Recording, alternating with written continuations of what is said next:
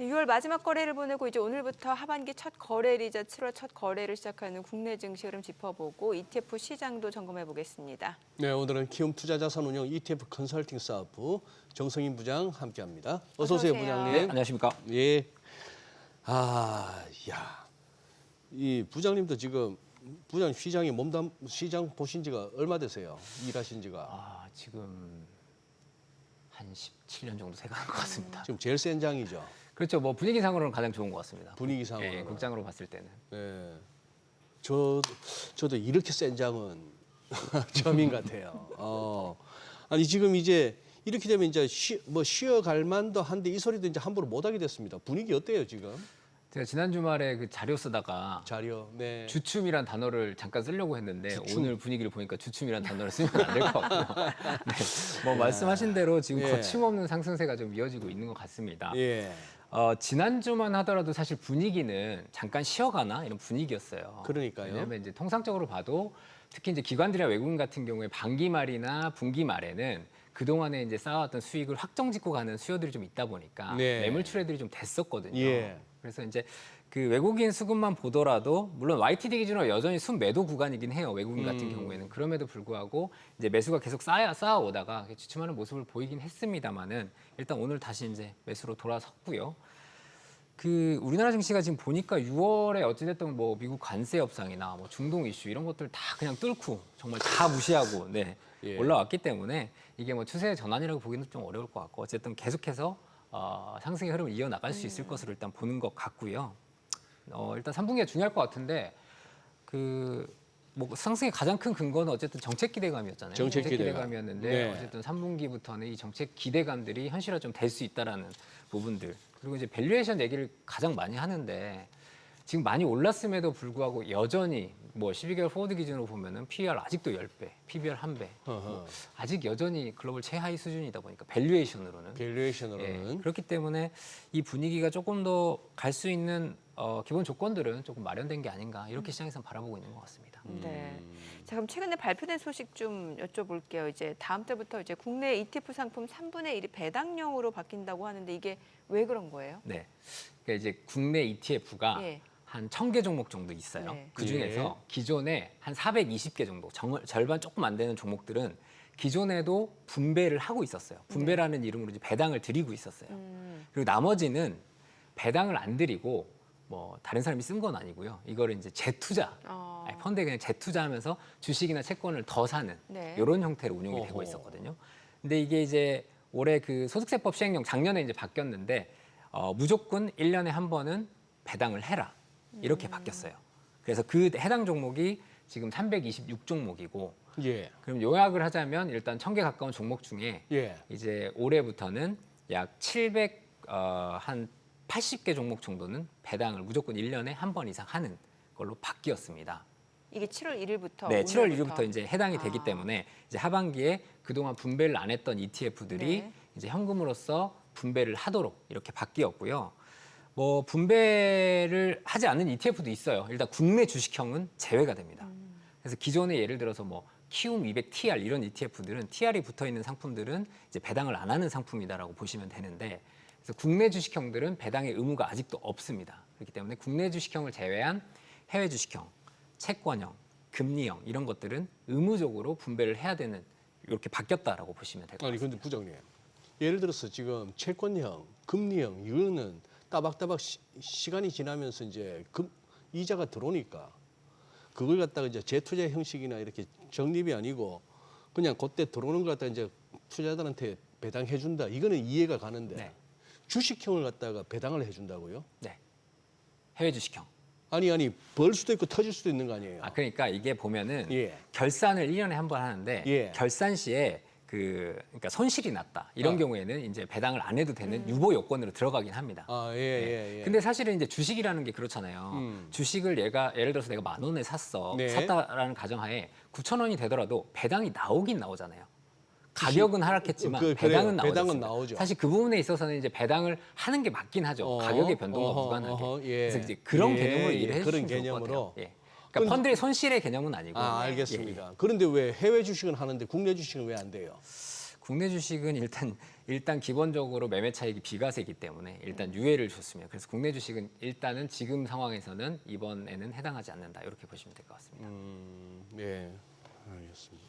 그럼 이제 배당 ETF 사실 이제 뭔가 제2의 월급을 기대하시는 네. 분들이 많이 이제 하시는데 그래서 요즘 이 광고에서 이 얘기가 나오는구나. 예, 예. 제2의 월급이라는 예, 게. 제2의 월급. 네, 예. 네. 그런데 그럼 이제 소득세법 바뀌면 기존의 그 배당 ETF 투자자들은 어때요? 그러니까 이제 기존의 그 배당을 통해서 제2 네. 월급을 만들어 놓으시는 분들 중에 가장 유의를 하셔야 되는 분들은 어떤 분들이냐면 2천만 원의 배당 소득세가 넘어가면 네. 금융소득 종합과세라는 게 발생을 그렇죠. 하거든요. 예, 예. 아시죠? 예, 예. 네, 그래서 사실 그거에 맞춰서 세팅해 놓으신 분들이 있으세요. 음흠. 그러다 보니까 뭐 일부는 배당이 안 되는 TRETF로 세팅을 해 놓으셨는데 여기서 이제 배당이 발생을 하는 거죠. 예. 그러면 이제 2천만 원이 넘어갈 수 있기 때문에 어, 그분들은 반드시 절세 전략을 다시 짜셔야 돼요. 왜냐하면 추가적인 세금이 발생하기 그렇죠. 때문에 이 부분은 본인의 그 예상 그 배당 소득을 다시 계산을 하셔가지고 종목들을 다시 뜯어 보셔야죠.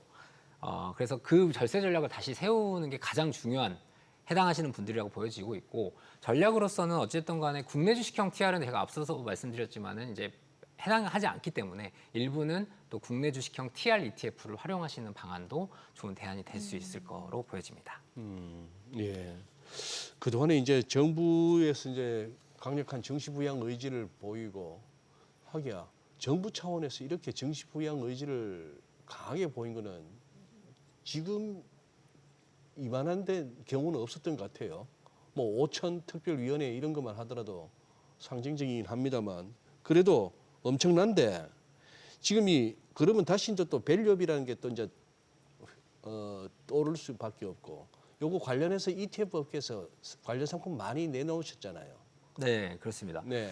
그 작년 11월에 네. 이제 밸류업이라는 네, 이름으로 네. ETF들이 13종 제 기억에 상장을 동시에 했던 걸로 기억이 나는데 그 밸류업의 내용과 사실은 지금 이제 이번 정부가 추진하는 내용이 크게 다르지는 않은 것 같아요. 왜냐하면 이번 증시 상승의 이제 가장 주된 요인이 뭐 상법 개정안, 주주 환원 이런 것들이지 않습니까? 네. 이제 그런 부분들이 사실 밸류업의 주요 정책들하고 일맥상통하는 부분이다 보니까 정책적으로 이제 크게 다르지는 않다고는 볼 수 있을 것 같으나 어찌됐든 간에 말씀하셨다시피 네. 정부의 의지가 굉장히 강력하기 때문에 주가가 변동을 보이고 있다라고 볼 수 있을 것 같고 사실 이제 밸류업 ETF들이 상장 이후에 연초 이후 수익률 보면은 대부분 뭐 30% 이상 수익을 기록을 했어요. 그래서 뭐 굉장히 큰 폭의 상승을 기록을 했는데 다만 조금 아쉬운 부분은 뭐냐면 이제 코스피 200 지수도 한 30% 가까이 상승을 하다 보니까 뭐 딱히 예, 밸류업이라고 해서 좀 많이 올랐다 이렇게 보기엔 좀 애매한 것 같고 네. 대신에 이제 코스닥 150 대비해서는 좀 많이 오르긴 했습니다. 근데 이제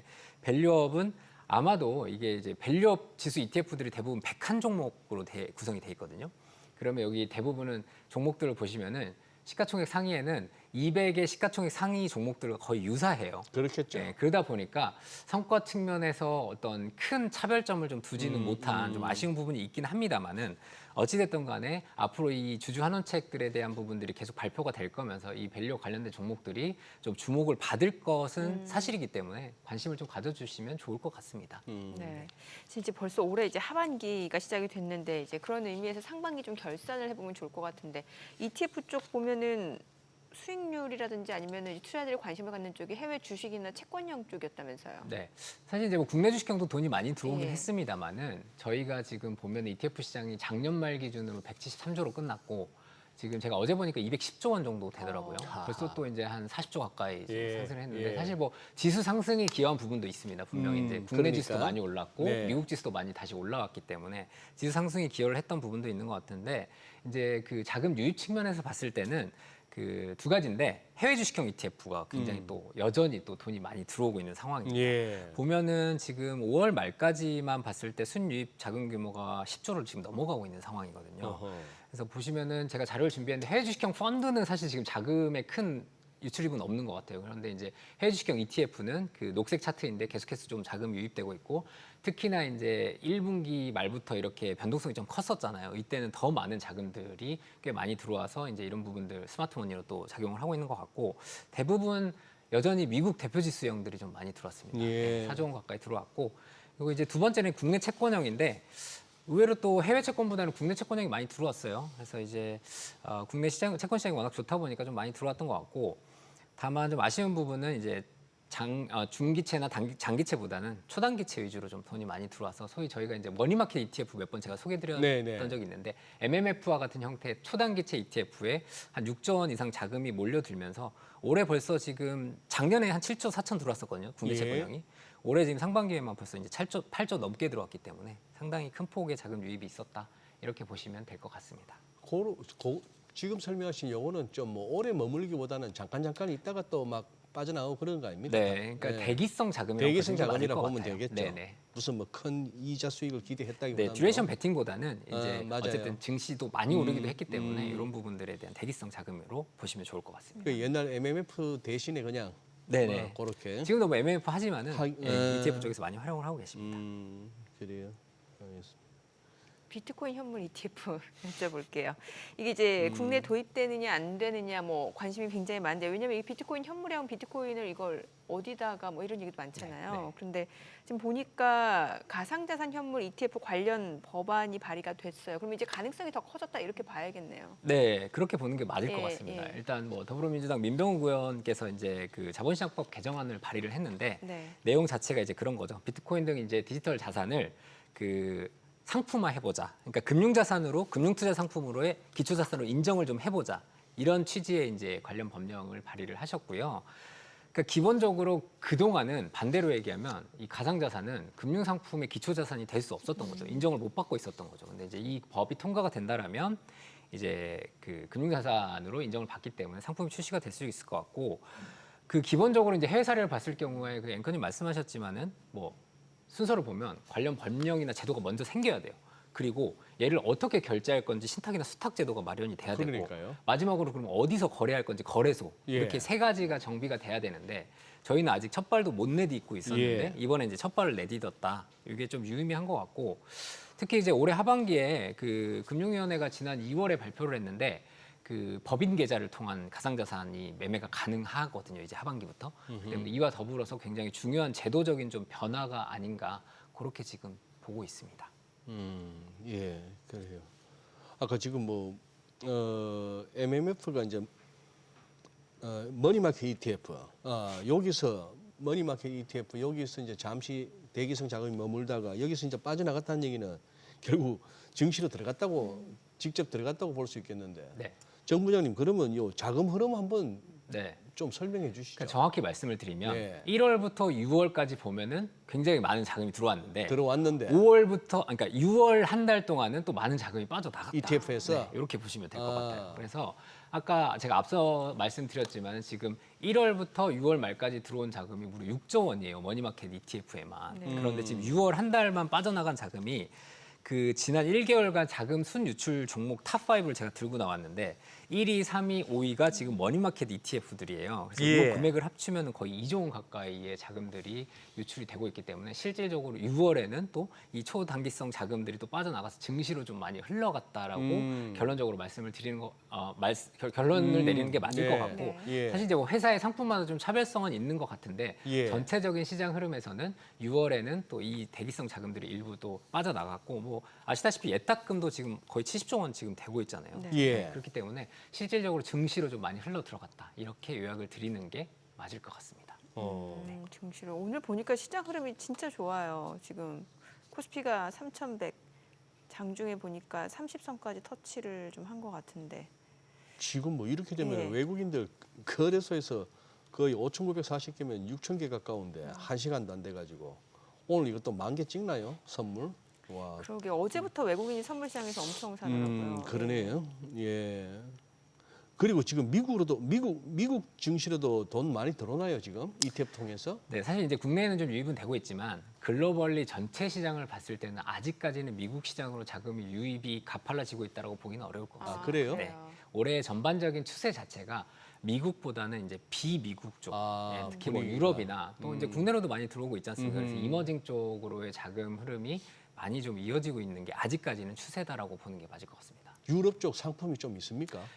이제 국내 ETF 시장에 유럽 쪽 상품이 많지는 않습니다. 뭐 네. 대표 지수인 유로스탁스 50을 추종하는 ETF가 어허. 두 종목 정도 상장이 돼 있고 예. 또 저희 키움 투자자산운용에 상장돼 있는 게 이제 닥스, 독일 아. 닥스 유일하게 독일 이제, 닥스. 있는데 뭐 독일 같은 경우에는 뭐 많은 분들이 아시지만 유로존에서는 어쨌든 경제력으로는 가장 탑티어의 국가인데 독일이 지금 3월에 정권이 바뀌었어요. 독일도 그러다 보니까 우파 정권이 바뀌었는데 네. 굉장히 꽤나 강력한 부양책을 발표를 했고 특히 이제 뭐 국방 예산이나 이런 것들을 굉장히 크게 증가를 시키면서 유럽에도 그 보면은 독일 쪽에 이런 방산 회사들이 이렇게 포진이 되어 있거든요. 그리고 뭐 저희가 잘 아는 그 에어버스나 뭐 자동차 회사 이런 것들이 포진이 많이 되어 있다 보니까 증시의 흐름 자체가 굉장히 좋아요.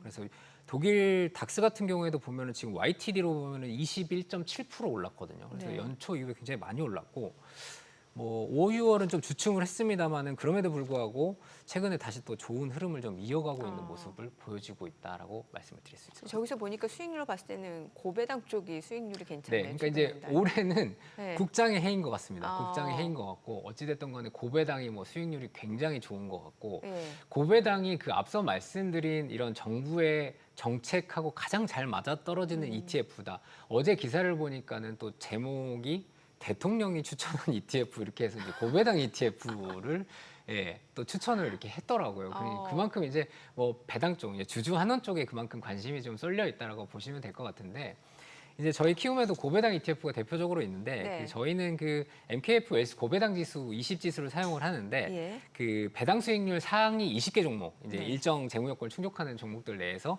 배당 수익률 상위 20개 종목에 저희가 투자를 하고 있는데 뭐 결국 이제 주주 친화 정책의 핵심이고 성과가 굉장히 좋아요. 지금 한 달만 15%, 그리고 연초 이후에 36%, 1년 기준으로 약 48%. 네.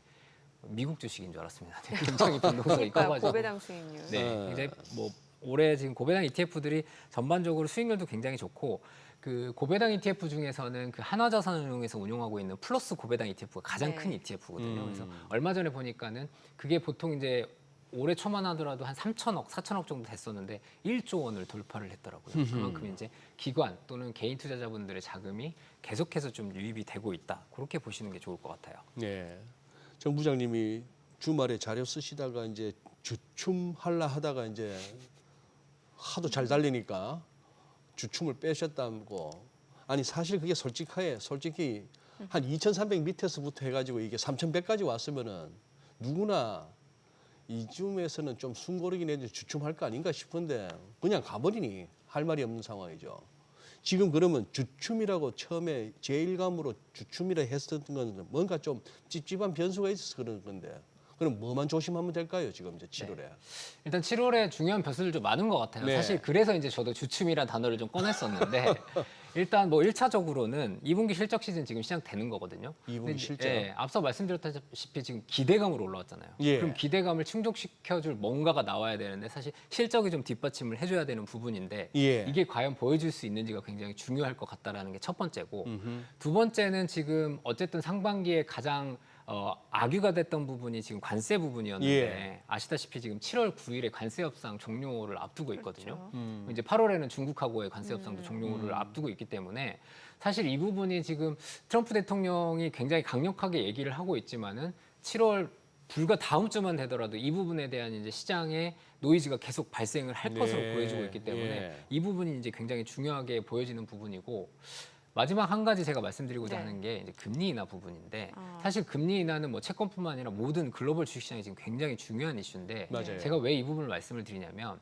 사실 시장에서는 9월 인하 정도를 점쳤어요. 예. 네, 9월 인하 정도를 점쳤었는데 최근에 지금 지난주부터 갑자기 부각되고 있는 게 지금 7월 인하설이거든요. 예. 뭐 예. 연준 의원도 예. 얘기를 했었고 예. 무엇보다 지금 트럼프 대통령이 너무 강력하게 지금 너무- 금리 인하에 너무 대한, 쪼고 있어요. 푸시를 네. 하고 네. 있다 보니까 또 더군다나 지금 FOMC가 7월 말이란 말이죠. 그렇기 때문에 7월에 인하가 될 수 있다라는 기대감 또는 시장에서 인하를 할 거다라는 뷰들이 꽤 최근 들어서 많이 나오고 있어요. 네. 그러다 보니까 이 부분이 또 앞으로 주식시장의 향방에 굉장히 중요한 영향을 미칠 거고 만약에 7월에 인하가 안 됐을 경우에는 또 한 번 실망 매물은 출현될 수 있다라고 보고 있기 때문에 7월에는 이런 부분들을 각별히 좀 신경을 많이 써서 매매를 하시는 걸 좀 추천을 드릴 수 있을 것 같습니다. 그야말로 7월 말까지는 말이잖아요, FOMC에. 네. 그럼 말까지는 땡겨야겠다.